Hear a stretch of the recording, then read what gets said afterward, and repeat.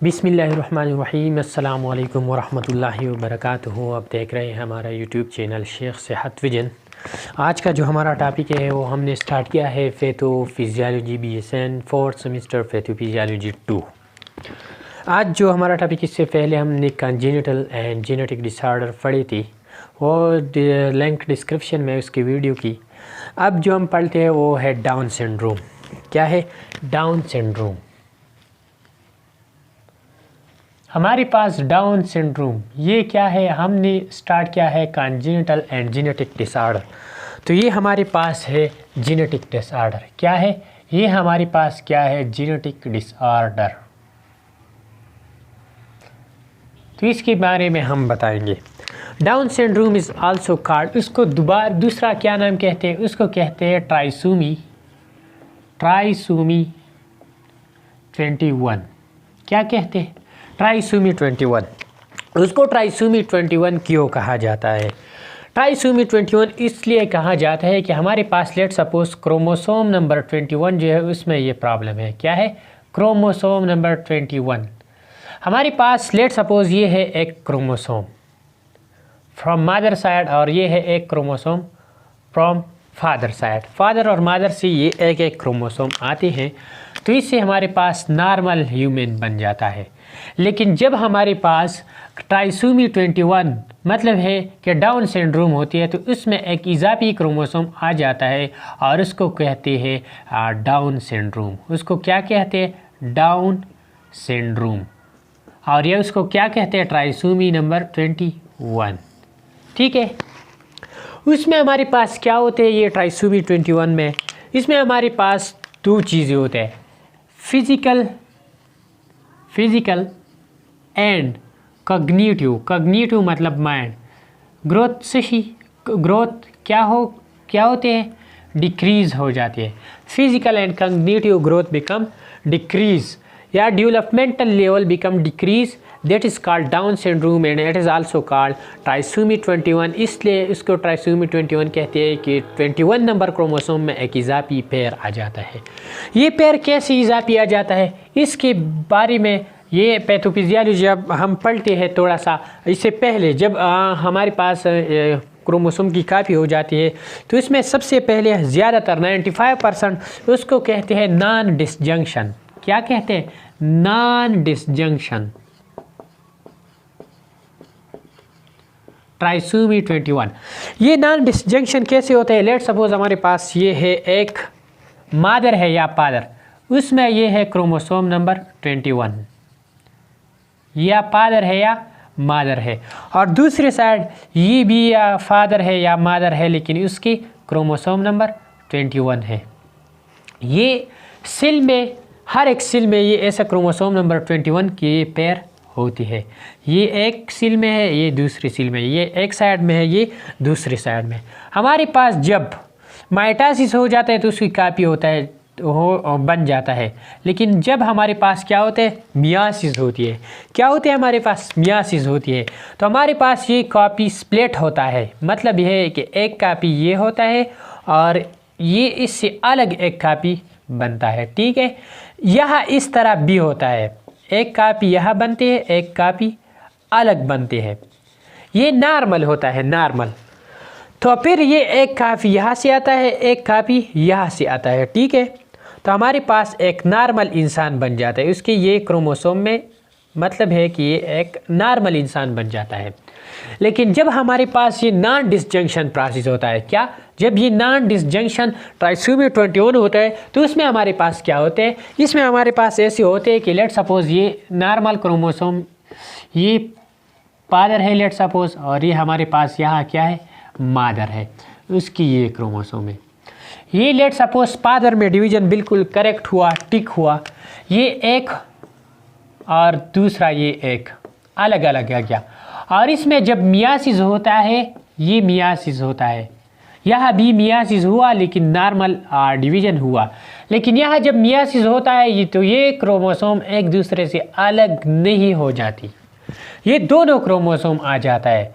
फिर इसके साथ एक क्रोमोसोम यहाँ मिलता है। लेट सपोज ये हमारे पास क्या थी? एक की साइड से, ये है स्पर्म की साइड से, मतलब ये कि फादर और मदर की साइड से ये आ गया।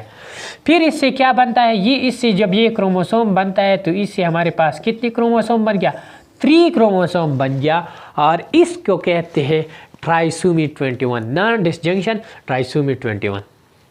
इसके बाद हम दूसरा पढ़ते हैं, वो है हमारे पास वो नॉन डिसजंक्शन नहीं है, वो है डिसजंक्शन। डिसजंक्शन दूसरा क्या है हमारे पास, वो मैं थोड़ा सा आप लोगों को डिटेल में बताता हूँ, ठीक है। दूसरा वाला है वो है, उसको कहते हैं ट्रांसलोकेशन।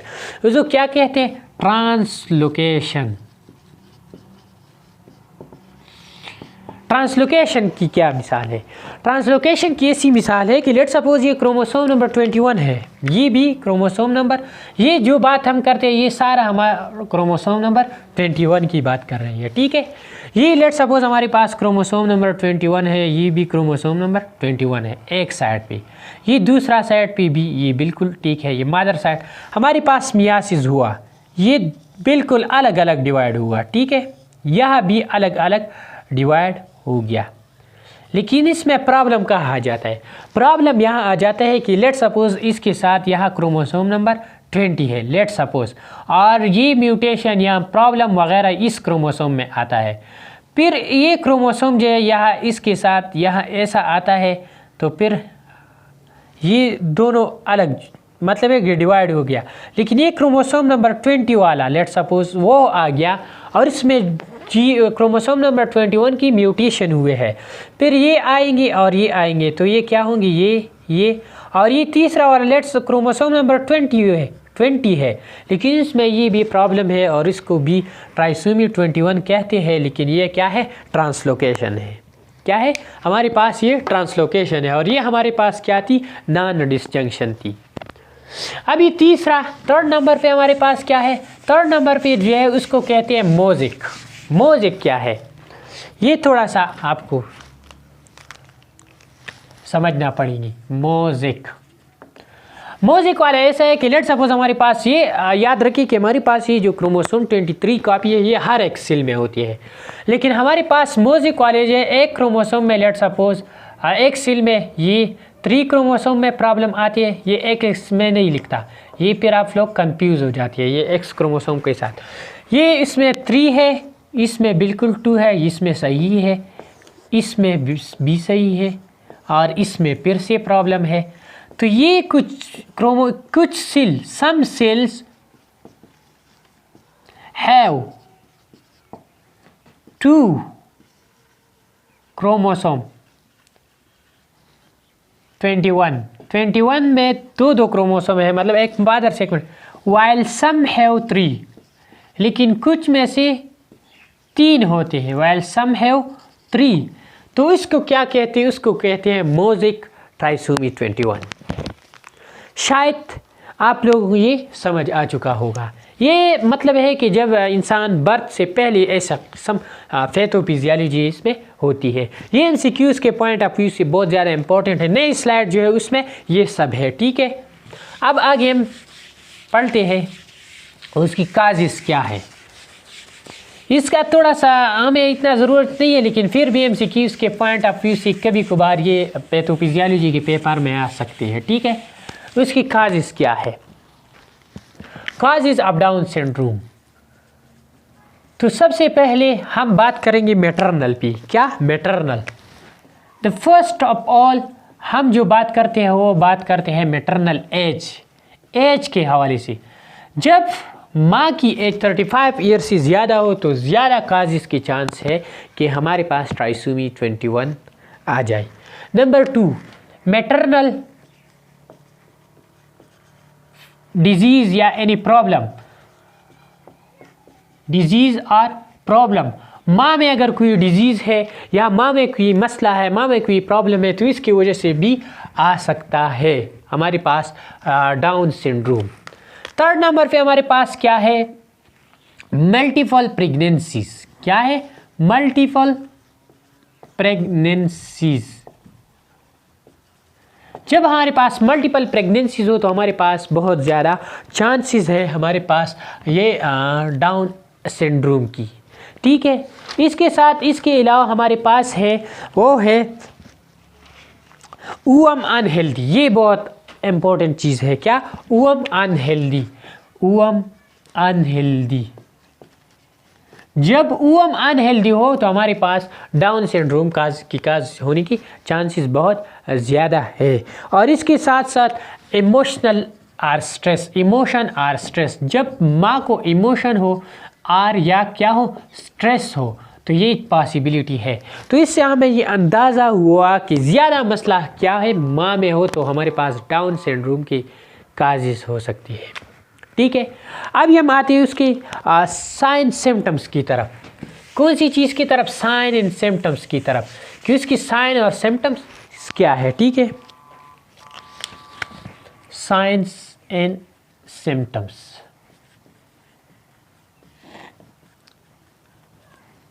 जब हम कोई डिजीज़ पढ़ते हैं तो इसके साइन सिम्टम्स के लिए मैं आप लोगों को एक आसान सी ट्रिक बताता हूँ। सबसे पहले आप हेड से स्टार्ट करेंगे और पाँव तक देखेंगे इस डिजीज़ में ये मसला है। और इसके साथ एक और चीज़, सिस्टम पे जाएंगे कि रिस्पायरेटरी सिस्टम में, यूरिनरी में, और इसके साथ रिप्रोडक्टिव सिस्टम में, नर्वस सिस्टम में, एंडोक्राइन सिस्टम में, ये सिस्टम में क्या मसला है, जीआईटी सिस्टम में। तो हमें अंदाज़ा बहुत आसानी से फिर हम इसकी साइन सिम्टम्स पढ़ सकते हैं। तो हम इसकी साइन सिम्टम्स हेड से स्टार्ट करेंगे। क्या से? हेड से। तो उस बंदे की हेड्स क्या होंगी? तो इसकी हेड होंगी प्लेट। क्या होंगी? प्लेट। सही, उसके हेड होंगी प्लेट, बिल्कुल प्लेट होंगी। फिर हम हेड के बाद नीचे उसके क्या होंगे? ब्रेन। क्या? ब्रेन। तो इसके ब्रेन मतलब कॉग्निटिव प्रोसेस, कॉग्निटिव लेवल क्या होंगी?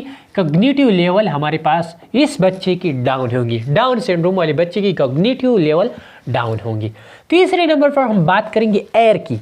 एयर, तो एयर में हमारे पास इस बच्चे को क्या होंगी? हेयरिंग प्रॉब्लम हो सकती है। सही, हेयरिंग प्रॉब्लम हो सकती है। और लार्ज एयर, हमारे पास उसकी एयर जो है वो लार्ज हो सकती है। ये हमारे पास उसकी साइन सिम्टम्स। हम नीचे की तरफ आते हैं। फिर हम यहाँ बात करेंगे आई की। तो आई क्या होंगी? आई इस डायलेट टाइप आई होंगी, ऐसा लग रही है कि ये डायलेट है। ठीक है, और ये हमारे पास एयरिंग आई में हमारे पास कैटरेक्ट और ग्लाउकोमा की चांसेस उस बच्चे को बहुत ज़्यादा होंगे। ठीक है, कैटरेक्ट एंड ग्लाउकोमा, ये हमारे पास इसकी क्या है? Sign symptom. फिर हम आएंगे ये नोज की तरफ। ये जो ब्रिज है ये नहीं होंगे, ब्रिज ये सही नहीं होंगे। ठीक है, ये हो गया। और नोज क्या होंगी? नोज होंगी हमारे पास इस बच्चे की प्लेट।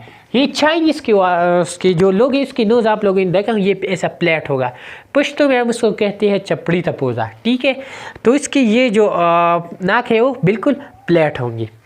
फिर इसके पेस उसकी थोड़ा सा बड़ा टाइप जैसा होंगी, जो हमने कशिंग सिंड्रोम वाली इस तरह की पेस होंगी, लेकिन बिल्कुल इसके तरह नहीं, मतलब ज़्यादा इस तरह है लेकिन बिल्कुल नहीं। ये पिक्चर में आप भी देख सकते हैं। ठीक है, उसकी पेस ऐसे है। फिर इसके बाद हम आते हैं माउथ की तरफ। क्या है? माउथ की तरफ। तो माउथ में हम बात करेंगे टीथ के हवाले से। तो सम टीथ क्या होंगे? मिसिंग होगी, मिसिंग टीथ मिसिंग है। लेट सपोज ये एक टीथ यहाँ है, एक यहाँ, इसके बीच में ये पासला है, तो ये क्या है? Missing teeth. तो ये इसकी टीथ ऐसे होंगी। ठीक है, फिर हम आएंगे टोंग की तरफ। टोंग, उसकी टोंग कैसे होंगी? टोंग इसकी क्या होंगी? लार्ज, बड़ी ज़ुबान होंगी। ज़ुबान बड़ी होंगी लेकिन कह नहीं सकती, मतलब है बोल नहीं सकता और लेकिन ज़ुबान बड़ी होंगी। हम कहते हैं कि आपकी ज़ुबान बड़ी है, ज़ुबान बड़ी है लेकिन बोल नहीं सकता। ये हमारे पास डाउन सिंड्रोम वाले बच्चे होंगे। फिर इसके बाद हम आते हैं नेक की तरफ। क्या है? नेक। तो इसके नेक कैसे होंगे? उसके नेक हमारे पास क्या होंगे? शॉर्ट। उसकी नेक क्या होगी? शॉर्ट नेक। इस बच्चे की नेक शॉर्ट होंगी। यह हमने पढ़ा। फिर हम नीचे जाएंगे, यहाँ हमारे पास क्या है? Thyroid gland. क्या है? Thyroid gland. तो थायराइड ग्लैंड में हमारे पास उसकी क्या होंगी? वो हाइपोथायराइडिज्म होंगी। उसमें क्या होंगी? हाइपोथायराइडिज्म, हाइपोथायराइडिज्म होंगी। और हाइपोथायराइडिज्म की एक खास है, उसको कहती है हश्मीटोथायराइडाइटिस। तो इस बच्चे को हश्मीटोथायराइडाइटिस बहुत ज़्यादा होंगी, हश्मीटोथायराइडाइटिस। ठीक है, यहाँ तक हो गया। अब हम नीचे आते हैं। तो नीचे हमारे पास हार्ट। तो इस बच्चे को कॉन्जेनिटल हार्ट प्रॉब्लम होंगी, कॉन्जेनिटल हार्ट प्रॉब्लम होंगी। ठीक है, फिर इसके बाद हम आती है नीचे रिस्पायरेटरी। ये बात याद रखें कि इस रिस्पायरेटरी सिस्टम में इसको कोई मसला इतना नहीं होंगी।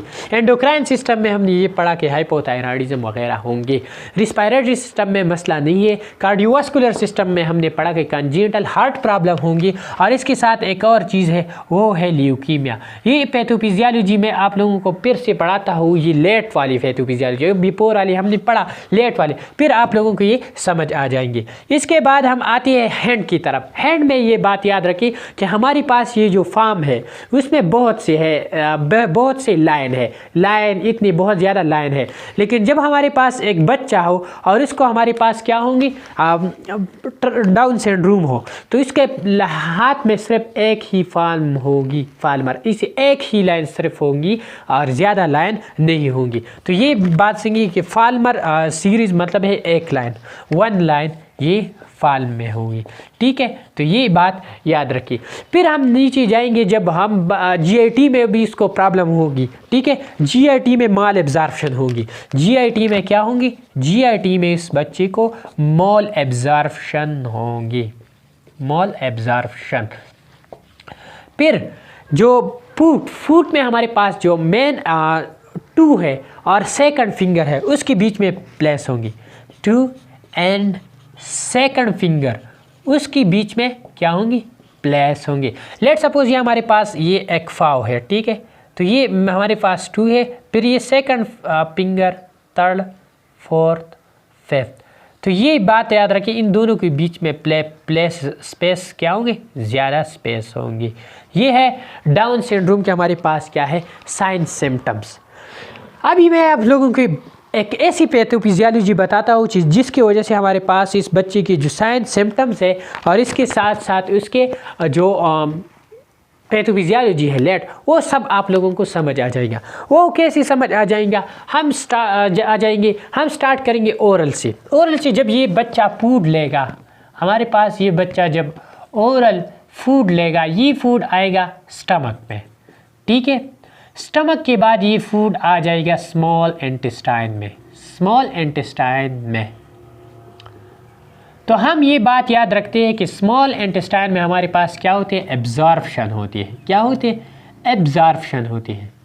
लेकिन हमने ये बात याद अभी पढ़ा कि हमारे पास इस बच्चे को माल एब्जॉर्प्शन होती है। माल एब्जॉर्प्शन इसलिए होती है कि इसको जो मतलब है कि डाउन सिंड्रोम में एब्जॉर्प्शन सही नहीं होती, तो ये माल एब्जॉर्प्शन होती है और फूड जाती है लार्ज इंटेस्टाइन में, लार्ज इंटेस्टाइन में, और फिर लार्ज इंटेस्टाइन से ये निकलती है। लेकिन यहाँ फूड जो क्या है रहते हैं, वो ज़्यादा टाइम के लिए रहते हैं। क्यों ज़्यादा टाइम के लिए रहते हैं, कि हमारे पास ये डाइजेस्टिव सिस्टम प्रॉपर फंक्शन नहीं करता। ठीक है, तो कॉन्स्टिपेशन के भी चांसेस ज़्यादा होंगे इस पेशेंट में। ठीक है, तो जब हमारे पास एब्जॉर्प्शन नहीं होगा तो हमारे पास यहाँ आ जाएंगे, हमारे पास क्या है, वेसल। क्या है हमारे पास, वेसल, वेसल्स। वेसल्स में हमारे पास फूड या न्यूट्रिशन की क्या होंगी, कमी होंगी, न्यूट्रिशन की कमी होंगी। जब हमारे पास न्यूट्रिशन की कमी होंगी तो जाहिर सी बात है, एक आम सी बात है कि इम्यूनिटी क्या होंगी, वीक। इम्यूनिटी हमारे पास क्या होंगी, वीक होंगी, डिक्रीज, लोअर डाउन होंगी, मतलब है इम्यूनिटी प्रॉपर नहीं होगी। जब प्रॉपर इम्यूनिटी नहीं है, जब हमें यहाँ न्यूट्रिशन भी प्रॉपर नहीं मिलेगी तो हमारे पास ब्लड में एक प्रॉब्लम आ जाएंगी। ब्लड में हमारे पास क्या प्रॉब्लम होगी, ये मैंने यहाँ भी पढ़ा है कि हमारे पास क्या होंगी, ल्यूकीमिया। ब्लड में हमारे पास क्या होंगी, ल्यूकीमिया। इस पेशेंट को बहुत ज़्यादा चांसेस है ल्यूकीमिया की। और यहाँ हो गया क्या, इम्यूनिटी हमारे पास वीक हो गई। जब इम्यूनिटी वीक हो गई तो हमारे पास बहुत सी चांसेस है ऑटो इम्यून डिजीज़ की। क्या, ऑटो इम्यून डिजीज़ की। Auto immune disease, auto immune disease वो डिजीज़ है जो हमारी इम्यूनिटी जो है वो खुद मतलब है कि वीक है और इसकी वजह से डिजीज़ काज होती है अपनी इम्यूनिटी की वजह से। तो इसमें सबसे इम्पोर्टेंट डिजीज़ जब काज होंगी, हमने ये भी पढ़ा कि नेक शॉट है, या हमारे पास होंगी हश्मीटो थायराइडाइटिस। इससे हमारे पास क्या काज होती है? हश्मीटो थायराइडाइटिस। हश्मीटो थायराइडाइटिस। जब हश्मीटो थायराइडाइटिस काज होती है तो इसकी मेन क्या काज मतलब है, ये क्या काज करती है? फिर हमारे पास यह होती है हाइपोथायराइडिज्म। क्या होती है? हाइपोथायराइडिज्म। हाइपोथायराइडिज्म जब हाइपोथायराइडिज्म है तो बच्चे की जाहिर सी बात है कि मेटाबॉलिज्म लेवल क्या है? डाउन। क्या होंगी? मेटाबॉलिज्म लेवल डाउन होंगे। मेटाबॉलिज्म लेवल क्या है? डाउन है। और जब मेटाबॉलिज्म लेवल हमारे पास डाउन है तो इसके वजह से हमारे पास एनर्जी क्या है? बहुत कम है। इस बच्चे को एनर्जी बहुत कम है और इसकी वजह से हमारे पास उस बच्चे की मसल्स क्या होंगी? वीक होंगी। मसल्स वीक होंगी। और इसके साथ साथ एक बहुत बड़ा मसला होंगी, वो क्या है? एटलेंटो एक्सीपिटल जॉइंट, एटलेंटो ऑक्सीपिटल और atlanto axial, atlanto axial, atlanto एक्सीपिटल, atlanto axial joint, उसकी होंगी हाइपर मोबिलिटी। क्या होंगी? Hyper mobility. Hyper mobility. Hyper mobility. और इसके साथ एक और बात याद रखिए, हमारे पास प्रॉब्लम कौन सी बोन में ज़्यादा होंगी? कौन सी बोन में ज़्यादा मसला होंगी? वो होंगी सर्विकल। सर्विकल जो बैक सर्विकल वर्टिब्रा, उसमें बहुत ज़्यादा स्पेशली प्रॉब्लम होंगी हमारे पास। जब टर्नर सिंड्रोम होंगी तो ये हमारे पास थोड़ा सा पैथोफिजियोलॉजी हमने पढ़ लिया तो हमारे पास ये चांसेस बहुत ज़्यादा है इस डिजीज़ के। ये सब मैंने केएमयू की स्लाइड इसी तरीके से आपको प्रेजेंट किया कि इंशाल्लाह आप लोगों को केएमयू की स्लाइड पढ़ने में कोई मसला नहीं होंगी। फिर इसके हम डायग्नोसिस की तरफ आते हैं। कौन सी चीज़ की तरफ? डायग्नोसिस की तरफ। कि हम ये डायग्नोस कैसे करेंगे? ठीक है,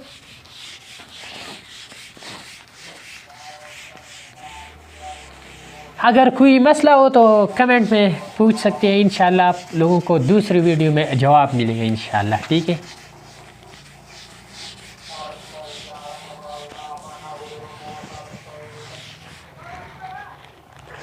अब हम पढ़ते हैं डायग्नोसिस की तरफ।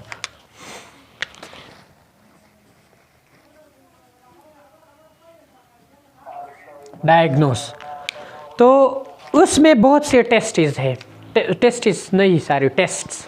ठीक है, इसमें है एंटी नकल ट्रांसलोकेंसी, CVS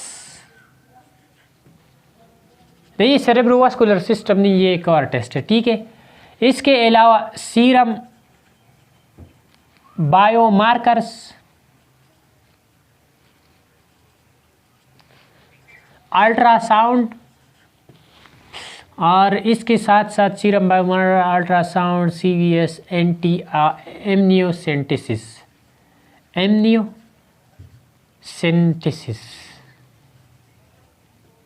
ठीक है, सबसे पहले हम जो टेस्ट करते हैं वो है CVS। क्या है? CVS हमारे पास है क्रॉनिक वेलस सैम्पलिंग। क्या है? Chronic Wallace sampling. सबसे पहले जब हम करते हैं वो हम करते हैं chronic Wallace sampling. Chronic Wallace sampling इस हर एक की एक एज मतलब है, एज गेस्टेशनल एज है। तो इसकी जो एज है वो है 10 to 13 वीक्स। क्या है? 10 to 13 वीक्स। इसके बीच में ये बहुत ज़्यादा इफेक्टिव है। ठीक है, फिर हमारे पास जो है वो है नकल ट्रांसलोकेंसी। नकल ट्रांसलोकेंसी की क्या है? 11 to 14 वीक्स, 11 to 14 वीक्स। ये सीरम बायोमार्कर और अल्ट्रासाउंड, ये नो नीड ऑफ एज इसकी कोई ज़रूरत नहीं है, नो नीड। और हमारे पास एमनियोसेंटेसिस, उसकी 13 to 16 वीक्स। कंफर्म करता हूँ मैं, 14 to 16 वीक्स। ठीक है, क्या है? 14 to 16 वीक्स, इसके बीच में हम कर सकते हैं, ये सारी कर सकते हैं।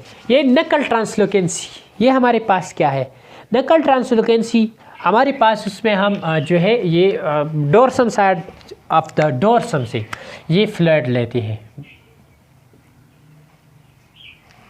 अम्बेलिकस मतलब डोर्सम साइड, ये जब बेबी है इंट्रायूटेराइन में उससे, ठीक है। इसमें सबसे इफेक्टिव कौन सा है, एमसीक्यूज के पॉइंट ऑफ व्यू से कौन सा सबसे इफेक्टिव है, ये बहुत इंपॉर्टेंट है। तो इसका आंसर है हमारे पास जो ज़्यादा इफेक्टिव है वो है एमनियोसेंटेसिस। क्या है, एमनियोसेंटेसिस, और ये हमारे पास 99.5% इफेक्टिव, मतलब बहुत ज़्यादा इम्पोर्टेंट है, अच्छी तरीके से रिजल्ट देता है। दूसरे नंबर पर हमारे पास जो है वो है नकल ट्रांसलोकेंसी। क्या है, नकल ट्रांसलोकेंसी तीसरे नंबर पर है, सॉरी। सेकंड नंबर पे हमारे पास ये सीरम बायोमार्कर और अल्ट्रासाउंड है। ये कितने हैं, सीरम बायोमार्कर और अल्ट्रासाउंड ये हमारे पास है 95% इफेक्टिव। कितनी, 95% इफेक्टिव है। और फिर तीसरे नंबर पर हमारे पास नकल ट्रांसलोकेंसी, वो है 70% इफेक्टिव, ठीक है। ये है हमारे पास, ये हम टेस्ट कर सकते हैं। इसके अलावा हमारे पास जब माँ आ जाएंगी और इसमें कुछ वैल्यूज़ है, लैब वैल्यूज़, ये जो हम करते हैं ये बहुत टफ है, लेकिन जब आप एक माँ जब वो प्रेग्नेंट है और इसकी लैब में ये टेस्ट वगैरह करते हैं और इसके रिज़ल्ट ये आए, तो फिर आप समझना चाहिए कि हमें इसकी जो चांसेस है वो डाउन सिंड्रोम के बच्चे की। उसमें सबसे पहले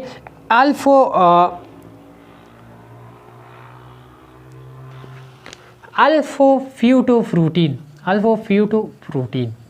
ठीक है, अल्फोफ्यूटोप्रोटीन, उसकी वैल्यू हमारे पास क्या होंगे, डाउन आ जाएंगे, मतलब है कम आ जाएंगे।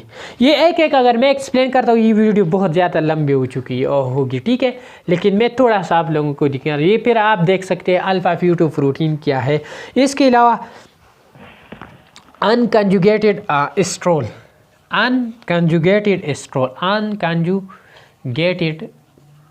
एस्ट्रोल, ये भी हमारे पास क्या होंगी, डाउन होंगी, ठीक है। इसके बाद हमारे पास ये याद रखेंगे, ये दो चीज़ें डाउन होंगी। HCG ह्यूमन कोरियानिक गोनेडोट्रोपिन ये इंक्रीज होगी, और इसके साथ एनहिबिन ए ये भी इंक्रीज होंगी। ये आप देखिए, ये वीडियो बहुत ज़्यादा लंबी होगी, बस वाइंड अप करते हैं, वीडियो ज़्यादा हो गया, ठीक है। तो ये हमारे पास ज़्यादा होंगे और ये दो कम होगी, अल्फा-फ्यूटोप्रोटीन और अनकंजुगेटेड एस्ट्रोल ये डाउन होंगी, HCG और हमारे पास एनहिबिन ए ये ज़्यादा होंगी। आखिर में हम कौन सी चीज़ की तरफ आएंगे, ट्रीटमेंट की तरफ। ये सब डायग्नोसिस है उसके, ठीक है। अब हम आते हैं ट्रीटमेंट की तरफ।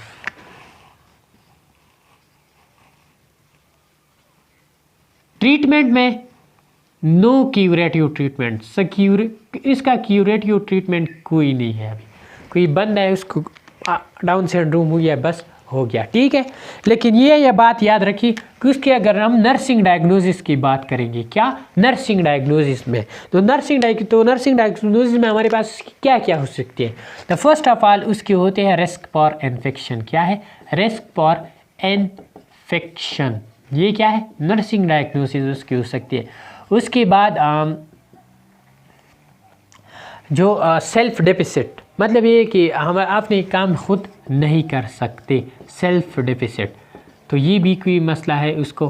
और तीसरा हमारे पास उसकी जो मसला हो सकती है, वो हमारे पास क्या हो सकती है नर्सिंग डायग्नोसिस में, उसको हो सकती है impaired verbal communication, self care deficit, impaired verbal communication. Impaired verbal communication है तो ये बात याद रखिए हमारे पास जी, रिस्क पर इन्फेक्शन है तो उनको बहुत ज़्यादा ख़तरा है डिजीज़ की। तो इसके लिए हमें क्या चाहिए कि वैक्सीन, प्रॉपर वैक्सीन चाहिए, प्रॉपर वैक्सीन उसको ज़रूर लगाना है, मस्ट। और दूसरा जो है हाइजीन, कौन सी चीज़ की ख्याल रखनी है? हाइजीन की बहुत ज़्यादा ख्याल रखनी है। सेल्फ केयर डिफिसिट तो उसकी केयर करना है बहुत ज़्यादा। और इम्पेयर्ड वर्बल कम्युनिकेशन है तो इसमें हमारे पास उसके लिए क्या कहें? इमोशनल सपोर्ट चाहिए। क्या? इमोशनल सपोर्ट चाहिए ताकि वो कुछ चीज़ें खुद ही करे और बातें वगैरह करना शुरू करे। इसके अलावा अगर कोई मसला हो तो फिर पूछ सकते हैं, वीडियो लंबी हो सकती है तो इसलिए इतनी ही काफ़ी है। अगली वीडियो हम पढ़ेंगे टर्नर सिंड्रोम या क्लाइनफेल्टर सिंड्रोम वगैरह। चैनल सब्सक्राइब करें, वीडियो लाइक करें, शेयर करें। Thank you, वस्सलाम।